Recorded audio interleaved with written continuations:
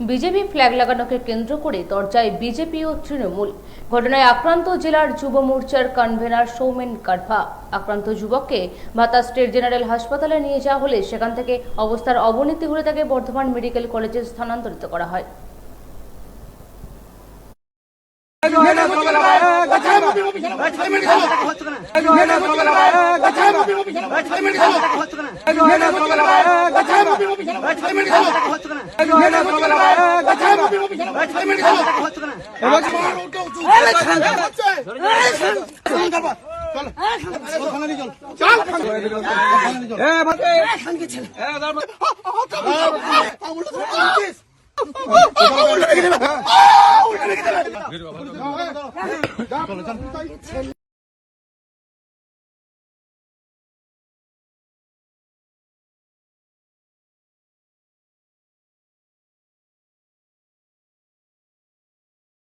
বিজেপির ফ্ল্যাগ লাগানোকে কেন্দ্র করে ভাতারের বালসিডাঙ্গা গ্রামে আক্রান্ত হলেন জেলা যুব মোর্চার কনভেনার সৌমেন কারফা। ঘটনাটি ঘটে ৪ মে সন্ধ্যের সময়। ঘটনার পরেই আক্রান্ত যুব নেতা সৌমেন কারফাকে ভাতার স্টেট জেনারেল হাসপাতালে নিয়ে যায় বিজেপির কর্মী সমর্থকরা। পরে অবস্থার অবনতি ঘটায় তাকে বর্ধমান মেডিকেল কলেজ হাসপাতালে স্থানান্তরিত করা হয়। এই ঘটনা ঘিরে ৫ই মে একটি ভাইরাল ভিডিওকে নিয়ে উত্তাল ভাতারের এলাকাবাসীরা। চিকিৎসাধীন বিজেপির যুবনেতা দাবি রাখেন এই ঘটনার সঙ্গে জড়িত শাসক দলের বিধায়ক এবং ভাতারের তৃণমূল কংগ্রেসের সহসভাপতির নাম তিনি আনেন। তিনি আরও দাবি রাখেন ঘটনার সঙ্গে জড়িত একটি মহিলা সহ দুষ্কৃতীরা তার হাতের 4টি সোনার আংটি ও নগদ অর্থ লুটপাট করে নেয়। এই দাবির সত্যতা প্রমাণে একটি ভিডিওতে দেখা যায় এক মহিলা বিজেপি নেতা সৌমেন কারফার হাত থেকে আংটি খুলে নেওয়ার চেষ্টা করছে। যদিও এই ভিডিওর সত্যতা যাচাই করেনি পিবি নিউজ। যে রাতে এই ঘটনা ঘটেছিল সেই রাতের ভিডিও বলেই ভাইরাল হিসেবে এটি পরিচিতি লাভ করেছে। সবিস্তারে ভাতার থানায় ঘটনার সঙ্গে যারা জড়িত তাদের বিরুদ্ধে অভিযোগ দায়ের করা হয়েছে। যদিও এ বিষয়ে যাদেরকে অভিযুক্ত বলে দাবি করছেন বিজেপি যুবনেতা সৌমেন কারফা, তারা এই যুবনেতার বিরুদ্ধে অন্য অভিযোগ আনছেন। কালকে সন্ধ্যেবেলায় বালসিডাঙ্গায় আমরা ফ্ল্যাগ লাগাবার জন্য যাচ্ছিলাম। শুভেন্দুদের মিটিং আছে 7 তারিখে ভাতারে। ফ্ল্যাগ লাগাতে শুরু করার পর ভাতারের সিপিএমের কিছু কর্মী বাহিনী তাদের সঙ্গে তৃণমূলের যে কতটা সেটিং সেটা কালকে পরিষ্কার হয়ে গেছে বালসিডাঙ্গা গ্রামে। তারা প্রথম বাংলার চেষ্টা করলো, ভয় দেখানোর চেষ্টা করলো। যখন পারলো না তখন তৃণমূলের দুষ্কৃতি সেই মফিদ বক্সে মামলায় 3 মাস জেল কাটলো এবং নিয়ামত বলে যে আছে যার ভাতার গ্রাম পঞ্চায়েতের সদস্য, তারা দুজন এসে গালাগালি শুরু করলো এবং তারপর কাউকে একজন ফোন করছিল, আমি বুঝতে পারছিলাম না।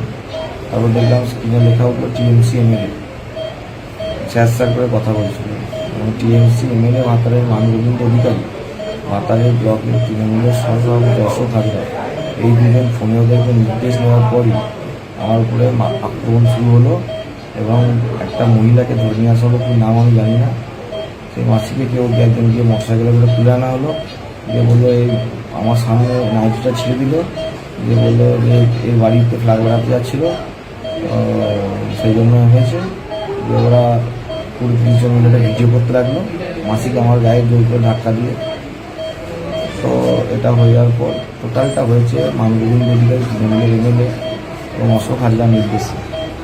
তো আমি একটাই কথা বলবো, আমি এসপি সাহেবকে পুলিশকে জানিয়েছি এই মহিলাকে দিয়ে আমার বিরুদ্ধে অভিযোগ করানো হচ্ছে মিথ্যা। আমাকে ভয় পেয়ে আমার এই আঙুলে দেখুন দাগ আছে। 3খানা সোনার আংটি ছিল প্রায় 2.5-3 লাখ টাকা দামের। এখানে সোনার সঙ্গে পোকরার ছিল, রক্তপ্রবাল ছিল এবং পান্না ছিল। প্লাস ওই মহিলা 3টে আঙুলটি আমার খুলে দিচ্ছে। আমি যখন বাধা দিই আমার আঙুলটা উল্টো দিকে চাপ দেয় এবং ভেঙে দেওয়ার চেষ্টা করে। তখন আমি ওই মহিলার সঙ্গে কোঅপারেট করতে বাধ্য হই, আমার আংটিগুলো খুলে নেয়। আর আমার 2টো ফোন, সেটা ওই নিয়ামত মণ্ডল বলে যে আছে, যার স্ত্রী পঞ্চায়েতের সদস্য, উনি আমার কাছ থেকে 2টো ফোন কেড়ে নেন। এবং এটা হয়েছে আমি বিগত 5-6 মাস ধরে ভাতারের তৃণমূলের এমএলএ মানগোবিন্দ অধিকারী যেভাবে কলেজে গিয়ে প্রাক্তন বিধায়ক বনমালী হাজরার মেয়েকে হুমকি দিচ্ছিল বা আরও একে ধরবো ওকে মারবো করছিল, সেইগুলো আমি প্রতিবাদ করছিলাম।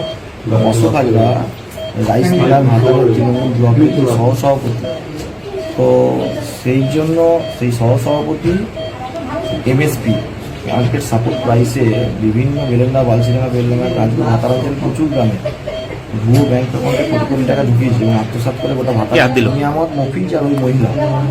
আমি এর তোকে দায়িত্ব নিয়ে বলতে পারি এটা সম্পূর্ণ হয়েছে। আমি দেখেছি স্যার সাহেবের কথা বলছিল ভাতারের তৃণমূল গেলে মানগোবিন্দ অধিকারী এবং ভাতারের তৃণমূল ব্লকের সহসভাপতি অশোক হাজার নির্যাতনসম্মত প্রমাণ হলো কালকে নিয়ামত মণ্ডলের মোবাইল সন্ধ্যে 7:30 থেকে রাত্রি 10:30 পর্যন্ত সিজিআর কল লিস্ট চেক করুক পুলিশ, দেখবেন যে অশোক হাজরা এবং মানগোবিন্দ অধিকারী কতবার ফোন এসে গেছে ওই টাইমের মধ্যে এবং ওদের নির্দেশে হয়েছে। আর যেটা আমি বলে শেষ করবো, এই আক্রমণের মূল কারণ আমি বিগত 5-6 মাস ধরে ভাতারে এদের যে পঞ্চায়েত সমিতিতে 10% 12% অশোক হাজরার যে ভাগ হামু হাজরা, সে প্রত্যেকটা ঠিকাদারদের নেতা হয়ে সবুজ সংঘ ক্লাবের উপর ভাগ করে দিচ্ছে। ভাতার বাজারে পুকুরটা ভরাট করে দিয়েছে, কোটি কোটি টাকার ধানের সহায়ক মূল্যগুলো যে আমি প্রতিবাদ করেছিলাম এবং মানব অধিকারী এবার যে ঢুকছি আমি, এটার জন্য আমাকে দমাতে হচ্ছে। এটা আমরা দমাতে পারবো এবং অশোক হাজরা শেষ দিকে ছাড়বো। চোট কোথায় কোথায় লেগেছে? আমার মাথায় ডান দিকে, গোটা বাঁ দিকে। আমি মানগোবিন্দ অধিকারী এবং অশোক হাজরাকে খোলা চ্যালেঞ্জ দিচ্ছি, আমি কিন্তু শেষ দিকে ছাড়বো। কি চাইছেন এখন? ভাতারে মানগোবিন্দ কি চাইছেন? উৎখাত করবো। কি চাইছেন? চাইছি আইন প্রশাসন ব্যবস্থা নিক আর রাজনৈতিকভাবে আমি মানগোবিন্দ এবং অশোক হাজরা শেষ দিকে ছাড়বো। এবং অশোক হাজরা যে বড় বড় কথা বলে সমস্ত অশোক হাজরার মিলের ভেতরে খাস জমি ঢুকে সৌমেন কারফার বিষয়ে একটা ভাইরাল ভিডিও নাকি পাওয়া গেছে, তো সেইটা আমরা জানতে চাইছি যে অভিযোগটা সত্য, মানে যেটা পাওয়া গেছে সেটা কি সত্য না মিথ্যা? যেটা সৌমেন কারফার আংটি খুলে নিচ্ছে এরকম একটা দেখছি আমরা। ওটা সম্পূর্ণ মিথ্যা। সম্পূর্ণ মিথ্যা? আচ্ছা আচ্ছা, মিথ্যা। আর এই যে ধরুন সৌমেন কারফাকে যে অভিযোগ করেছে গায়ে হাত দিয়েছে বা এটাও কি সত্য না মিথ্যা, কি বলতে চাইছেন একটু?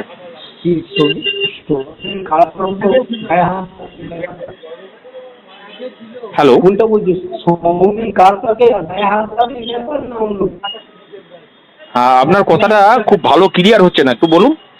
বলছি কোনটাকে, কার গায়ে হাত দেওয়ার কথা বলছেন? মানে সৌমেন কারফার গায়ে যেটা মানে এটা অভিযোগ উঠেছে যে মারধর করেছে এবং কিছু আংটি টাংটি নিয়ে নিয়েছে, এরকম ধরনের একটা অভিযোগ আমরা দেখলাম আর কি।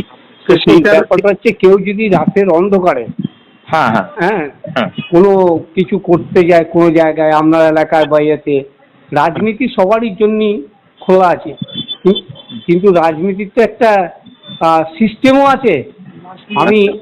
আমি রাতের অন্ধকারে যদি কারুর বাড়িতে গিয়ে হামলা করতে যাই কি অন্য কোনো রাজনীতির মানে ছুতো নিয়ে চলে যাই, এখানে তো রাজনীতি না, এখানে সেই পরিবারের প্রতি একটা টর্চারিং করতে যা বলে, হ্যাঁ, সেটা করতে গিয়েছে, সেই পরিবার থেকে আঘাতপ্রাপ্ত হয়েছে, এটা তো স্বাভাবিক ব্যাপার। আচ্ছা আচ্ছা, আবার সেই পরিবারের মহিলার উপর নির্যাতন করেছে। আচ্ছা আচ্ছা আচ্ছা আচ্ছা, তাহলে আমি একটা লাস্ট কনক্লুশন যেটা আমি জানতে পারলাম যে আপনার যেটা ভাইরাল ভিডিও যেটা দেখা যাচ্ছে যে মেয়েটার সঙ্গে সৌমেন কারফার একটা ধস্তাধস্তি চলছে, যে খেলাঠেলি করছে, সৌমেন কারফার চিৎকার করছে, আংটিটা খুলে নেওয়ার চেষ্টা করছে, এটা কি আপনি মিথ্যা বলছেন ভিডিওটাকে? কোন ভিডিওটাকে? একটা ভাইরাল ভিডিও আমরা না, পাচ্ছি। ভাইরাল ভিডিওটাকে মিথ্যা বলবো না, সেটা ঘটেছে বলেই সেটা তো ভাইরাল হয়েছে, সেটা তো ঠিকই, কিন্তু সেটা ঠিক মানে এখানে তো মহিলার কোনো দোষ নাই, এখানে কোনো রাজনৈতিক দল তো এখানে গিয়ে তার এগেন্সটে কিছু করতে যায় না সেই মুহূর্তে, কিন্তু আচ্ছা আচ্ছা, একটা পরিবারের উপর আমি কি বলছি যে একটা পরিবারের প্রতি যদি যে কোনো রাজনৈতিক দলের কোনো নেতা রাতের অন্ধকারে সেখানে যায়, তাহলে সেখানে তো সে তার প্রতি মানে কোনো বাধা সৃষ্টি করে, সেটা তো অন্যায় নয়।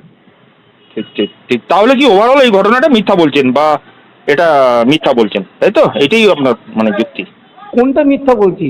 মানে যেটা ঘটনাটা ঘটেছে এটা যেটা বলছেন এটা আমি না, যেটা সাজাচ্ছে যে আমাকে পার্টি অন্য রাজনৈতিক দল ওকে আক্রমণ করেছে, এটা মিথ্যা। মিথ্যা, কিন্তু সেই যে ঘটনা ঘটাতে গেছে সেটা সত্য। তার ভিডিও ভাইরালটা যেটা বলছি, হ্যাঁ, ওটা সত্য ঘটনা, সত্য। আচ্ছা আচ্ছা, ঠিক ঠিক ঠিক ঠিক আছে দাদা, ধন্যবাদ, অশেষ ধন্যবাদ। হ্যাঁ হ্যাঁ, ঠিক। এখানে একজন বিজেপি কর্মীকে মারধর করেছে, কি বলবেন? মারধর সব জায়গায় কম বেশি হচ্ছে, ইলেকশনের পরে সব ঠান্ডা হয়ে যাবে। Bureau report, PB news.